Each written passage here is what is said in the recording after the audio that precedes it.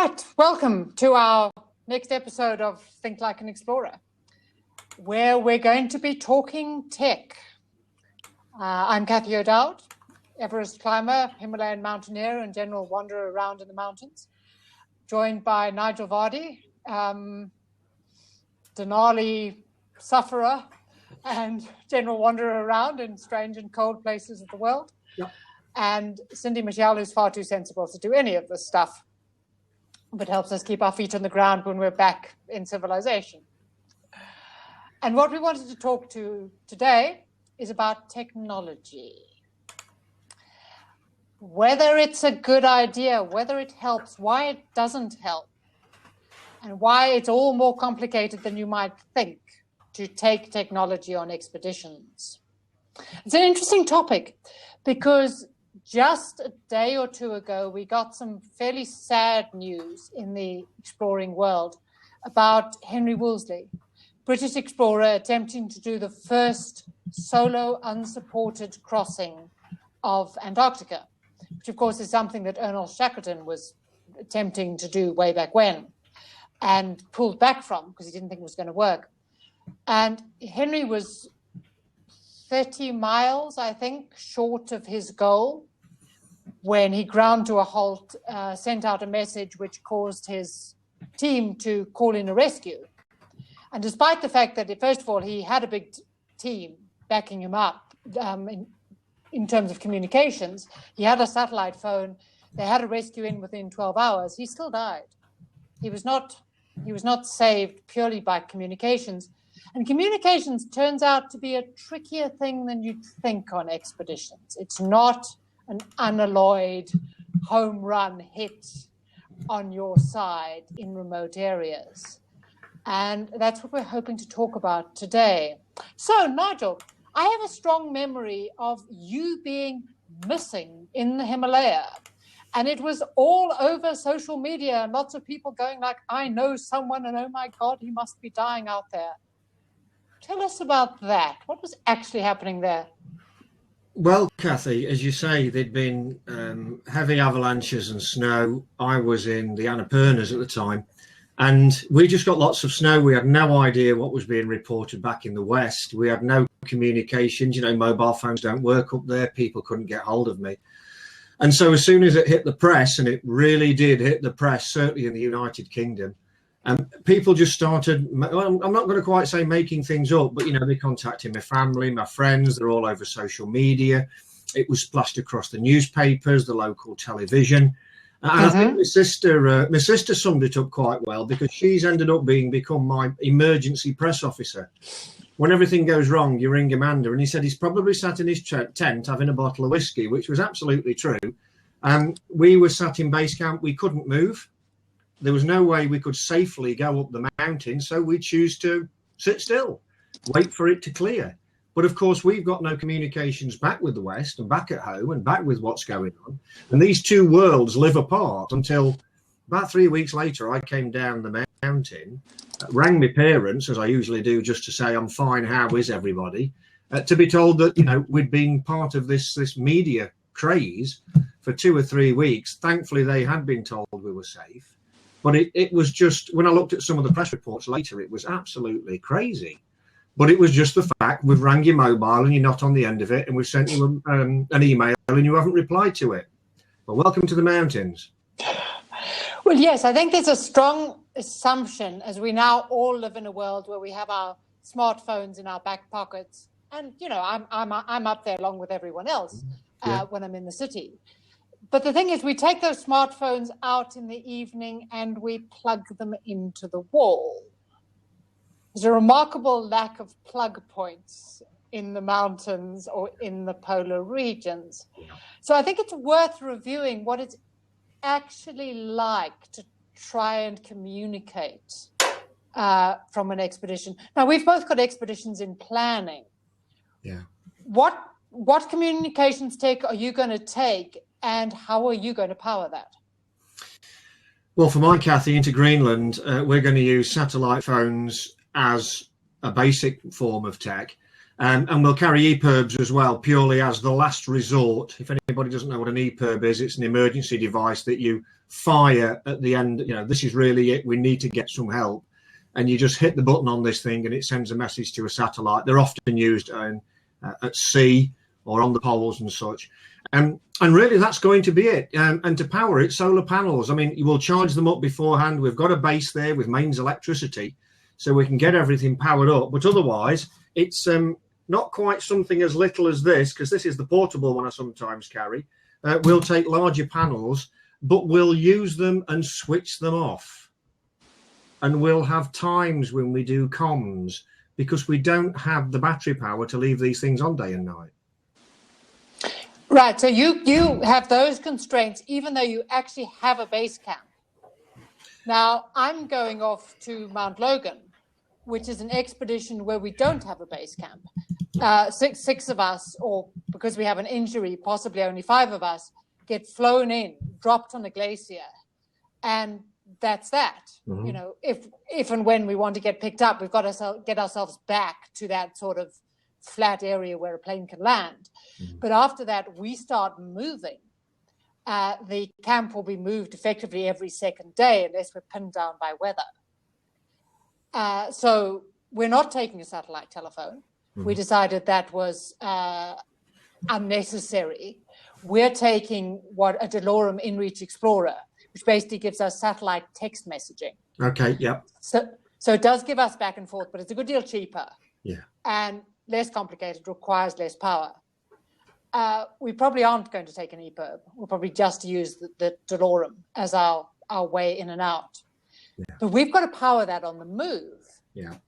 Now, again, we have some advantages because we will leave the tents up for sort of in 2-day chunks. The camp will only move every second day. So during the day we're not there, satellite solar panels can be laid out. And when we're moving, solar panels can be laid on top of the sleds. But of course, let's get real. Anyone who's ever put solar panels on their roof knows they've got to be angled to face the sun. So A, you need sun. B, you actually preferably need to be in a corner of the world where the sun is reasonably high. Yeah. And this Arctic, near Arctic stuff, wrong place in the world for the sun. Yeah, I mean, and then, of course, as soon as you're moving and your sled is going in the direction I need to move, it's not being orientated to the sun all the time. It's even worse. Yeah, I think the thing is, Cathy, that if you put them, my experience is if you have them on top of the sled, it's usually okay. And most of them now come with an internal battery, so you can charge that. But I think people need to understand this is not going to charge in an hour. 8, 10 at best if you've got really good conditions and you're not in a blizzard and you're not in cloud.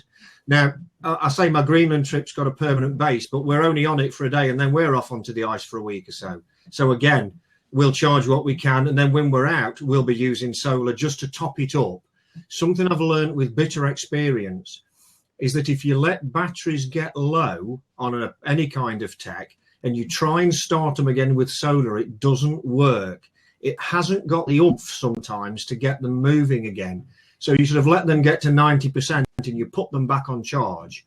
And of course, keep them very warm, because cold temperatures and batteries are another subject altogether. Exactly. And we're still effectively, both of us, talking about sled-driven expeditions where you can lay solar panels out on top of sleds. When I was climbing on the Mazeno Ridge of Nanga Parbat, so now this is high-altitude mountaineering, the only flat space you have is the top of your rucksack. Yep. It doesn't work. And the rucksack's heavy enough already without dumping a solar panel on top of it. And these things, they have weight. Oh, yeah. The batteries we're talking about topping up as our intermediate holding, they weigh. Yeah. And then, of course, they get sapped by the intense cold. Minus 25 at night does nothing for keeping your batteries healthy. Yeah. So that's one side of it. Powering this stuff is a nightmare, and solar is not nearly as efficient as people can assume. Mm. But I think there's another technical problem. I mean, I've sat on that ridge in Nanga Parbat with a satellite telephone, but this is the old-fashioned kind of keypad telephone. You know, it's not touchscreen or anything. Trying to compose a text message, and then trying to get the satellite phone to connect with a satellite to send out that one text message, which I had linked into the Twitter account. And that was an hour of my life when we actually needed to be melting water in order to drink, getting food into our systems because we've got to power ourselves as well as the tech, repairing equipment that had been damaged during the day, trying to dry out equipment, trying to get some sleep. Yeah. Sending out a text message was way, way down on the list of things that were actually going to keep us alive tomorrow morning and moving again on the expedition. It's time we don't always have available. Something I found as well, Cathy, which is why my right hand is slightly shorter than my left, is having to get your mittens and your big Arctic kit off your hands to press all the buttons, to drive the kit, to make this thing work. And I took my mittens off to use the radio when I was rescued off McKinley. And now I know, while there's another half an inch off those fingers, that was the time, just in liner gloves, in minus whatever it was at the time, trying to get any kind of message out. I did, and I lived, and that was, thankful enough for that. But you haven't got the time to operate this stuff sometimes. We need big buttons when you're using big mittens or big gloves, and it doesn't come like that. No, it doesn't come like that. So, tricky to charge, tricky to use, time consuming when you may actually have more important things to do.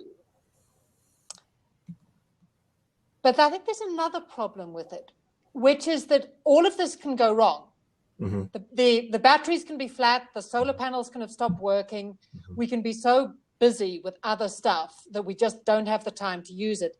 And it doesn't matter, at least to us. We're out there climbing our mountain, crossing our ice field, doing the chores we need to do. But back home are a group of people who are very, very used to getting a fast reply to text messages and emails and phone calls. And we're out there doing something risky and we could be dying. And people have a level of expectation we can't always meet. Yeah. Now, I've been on an expedition. This was some time ago. Actually, I've had various experiences of this, but I had one where our base camp was just crashed by a huge storm. Our tech equipment our base camp was basically rolled across a big glacial field. Our tech equipment went crashing to the floor. We had to come back from advanced base camp to put this camp back together again.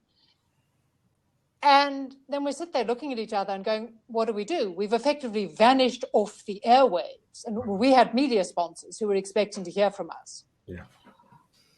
What are people going to do, given that we've suddenly gone silent and it's known that there's been a major storm in the Himalaya? Mm-hmm. Are we going to go back to climbing? Or are we going to start trekking to the nearest place where we think we can get onto someone else's tech system to send a message that basically says, we're okay, don't panic, and for God's sake, don't send a rescue?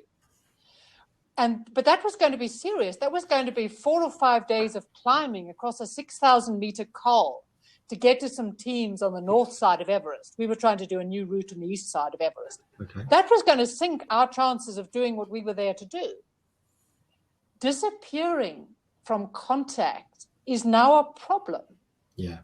So what are you saying to your people at home about what it means if you stop answering messages? Well, I don't tend to tell the world. I tend to obviously tell my direct family and some close friends. And frankly, everybody else will just have to wait, in my view, Cathy. When I went disappearing up Annapurna, I came back and at the time, the internet in Kathmandu was about as fast as ever. And I logged on. And of course, there's all these messages, has anybody heard from Nigel? We've heard this about Nigel. Does anybody know about? And thankfully, my sister put a post on and tagged me in just to say, Nigel's fine. He'll be in touch when he's ready. And I came back, put a post up, got loads and loads and loads of people going, thank goodness you're alive. And my view was, why? I mean, not in that way, but it wasn't that dramatic, really.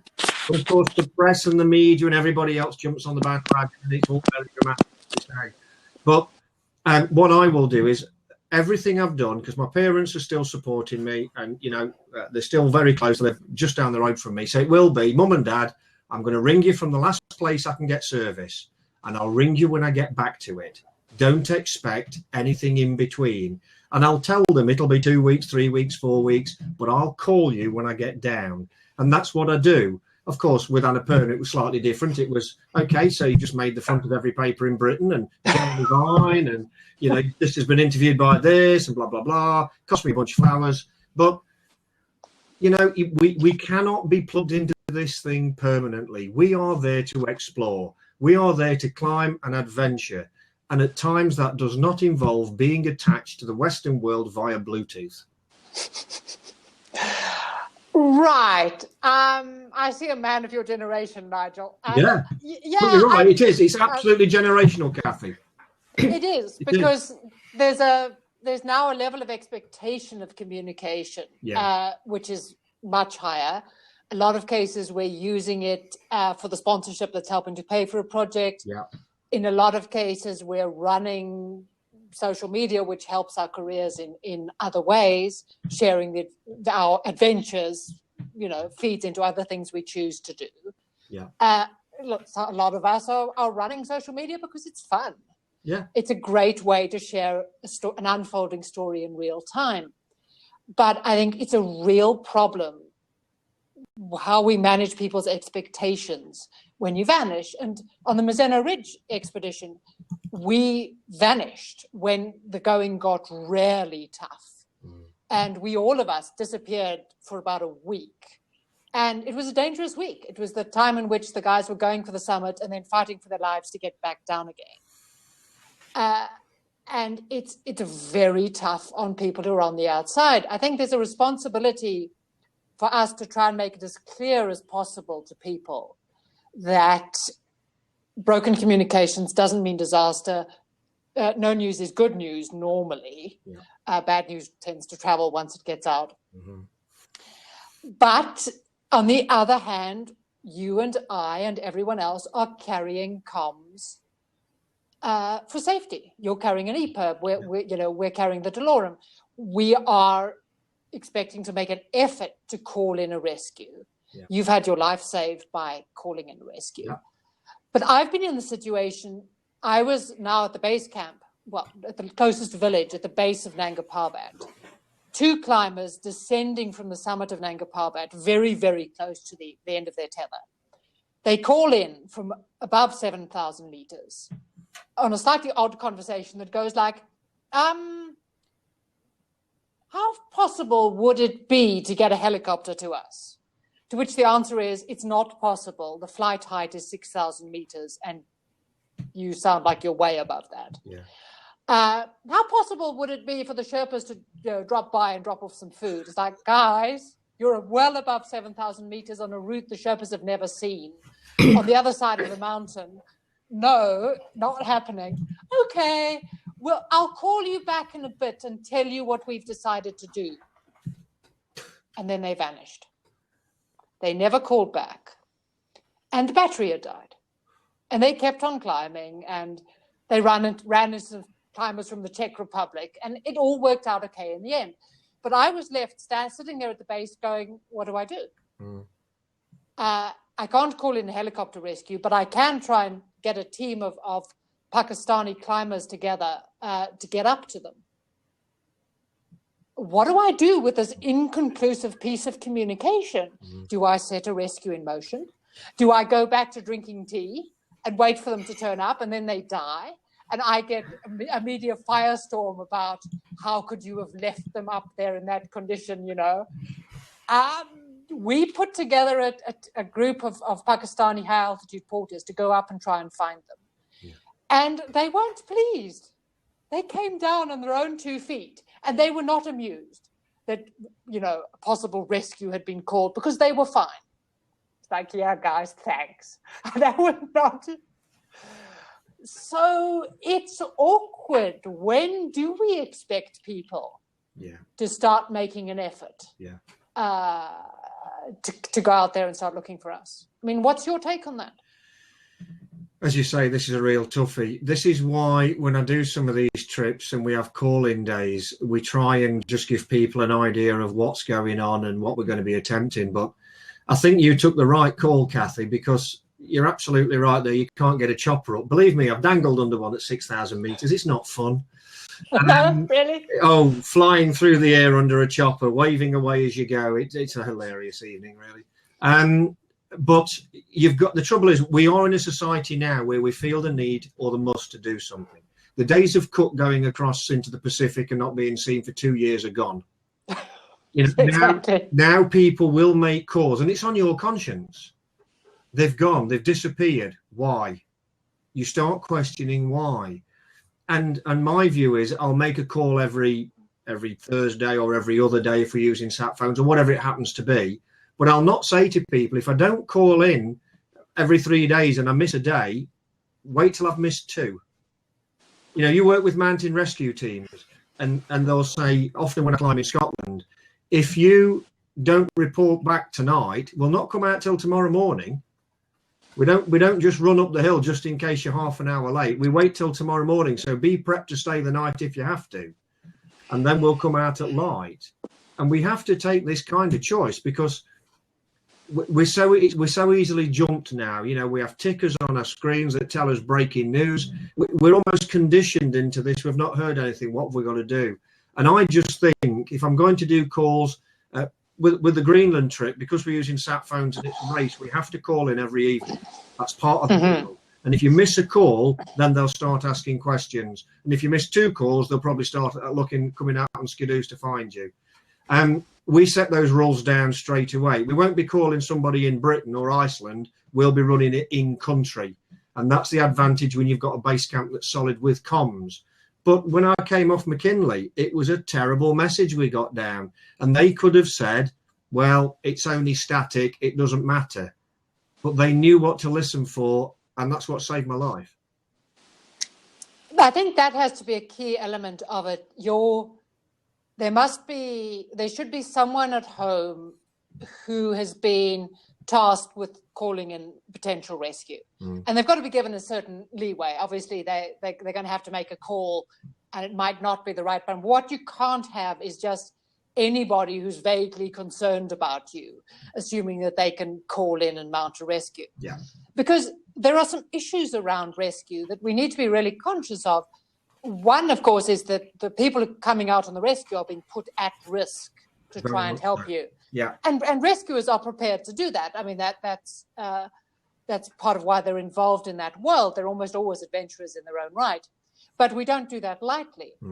But there's also a financial issue. If someone calls in a rescue team is sent in to find people who are absolutely fine, going like, what's the problem? Why are you here? Sorry, our batteries died, not our fault.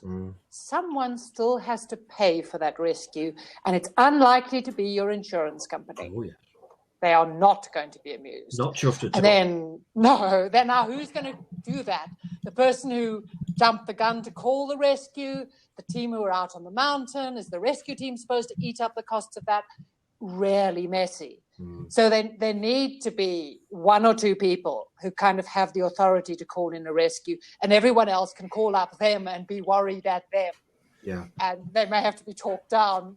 I know, Cathy, from my perspective, I've actually taken that role in the UK before for people where they've said, can we use you as an emergency contact? I think purely because sometimes it would help to have a contact who has had some experience in the mountains or on the sea or wherever it might be, because they might just have a touch more of a level head than ringing somebody who doesn't know and will just fire the alarm bell straight away. You know, we've not heard anything, crikey, here we go, let's get things moving. We might be thinking, well, let's try something else. Let's talk to somebody in country. Let's see if we can get some more data. Then we'll take a choice. So that's an interesting issue, and one that explorers have to think through before they do projects. But I think there's other stuff coming out of modern communication. There's definitely a generational shift. Yeah. I think younger adventurers are more and more interested, expecting to, committed to being in daily contact. And that can have potentially interesting implications for the dynamic of the group. I mean, I've seen, even with the slightly more limited, expensive comms we've had in the past, people getting badly homesick by having almost too much contact with home. You know, there are a whole lot of problems at home that are being dumped at you that you can't solve. Did it really help to know that? There are people realizing that they could be with their kids. They could be, in the comfort of the house. They're hating the expedition more and more as they're reminded what they're losing on a daily basis. But I think there's an even more tricky transition that's coming. I mean, I've been on an expedition where we had massively bad team dynamics. And there was infighting going on and people were forming cliques. And I can only imagine what that would have been like if each one of them was also twittering their unhappiness to their following of, their thousands of followers. Yeah. Or going on Facebook to go, I think my team leader is an utter idiot, and here's why, and then getting their, the follower hate team to get their opinion going in the Twitter sphere. Yeah. I haven't seen that play out yet, but I suspect it's coming fairly soon. I've seen trips, particularly with youth groups now, Cathy, where they have social media policies for that reason, because if you do, you take some youngsters on the classic Everest base camp trek or something like that, most of the monasteries and the tea houses now have Wi-Fi. Most places where people stay at night will have Wi-Fi, and they will be posting, this is what we did today, this is where we've been. But as you say, they can start having chat conversations with people at home, which could be, the person in my tent, I don't like them, or I think our leader's rubbish, or we did something really horrible today. And if you've only got to have a youngster say, I'm really scared and I'm hating this and this is terrible, and one of the parents pick it up at home, you have got a whole world of fun when you get back. Or they will then communicate that perhaps to the company you're running through, who will then communicate that to you. So we've gone from Nepal across to the Western world or wherever and back to Nepal, and you stood 10 feet apart. When the issue is, please tell me if you've got a problem, talk to me, because we'll resolve it. We'll work it out. We don't need to go Chinese whispers across here, there and everywhere. When it's so easy to do, because we can send messages and tell people things without actually telling anybody else. And so a number of the companies have said, we might get a phone for the trip for emergency calls only. We might have a sat phone for the trip for emergency use only, but that's all. The rest of it, you're offline for 3 weeks. And how does that, sorry, I'm getting a horrible echo. How does that go down with kids who are used to being online all the time? It's hilarious. It really, really is hilarious. In fact, you've only got to do something, say a Duke of Edinburgh award scheme trip for 2 days, or a day, a night and a day, and they're not allowed to use mobile phone at all. And it's like taking people off a drug. I mean, it really is just quite shocking. To me, but to them, it's you've taken my lifeline away. And when you perhaps meet a group of youngsters, right, you've done your DFV trip, your parents are coming, they'll be here in 10 minutes, you can use your phones now. They're just there. They're out of the bags because they're sealed up in bags. They're out and they're on and they're watching videos instantly. And it's, to my age and generation, it's all a bit, there is a big world out there. But when you're 16 or 17 or 18, it's a very, very different thing. As you've said, it's a big generational change, Cathy. I'm curious, does it make it a harder sell to parents to be allowed to take kids on this stuff? I mean, my first expedition, admittedly I was 21, was to Zaire in Central Africa. And I vanished for 6 weeks, and just my mother dropped me off at the airport and was like, I should be on this plane in 6 weeks' time, and that's what you get. Yeah. There will be no communication from this fairly dubious country in Central Africa, and me wandering off there with some guy who I actually don't know terribly well. And that was how it worked. What are parents like now? I think they've changed, certainly, because when I went on Operation Rally back in the 90s, we had one phone call in 11 weeks, Cathy, and we had letters and post, but you picked it up after 6 or 7 weeks, exactly the same. In 11 weeks, I should be on this flight, bye. But that's to my parents' generation who never made international phone calls. Now you've got parents of our age, 40s or so, 30s in your case, of course, Cathy.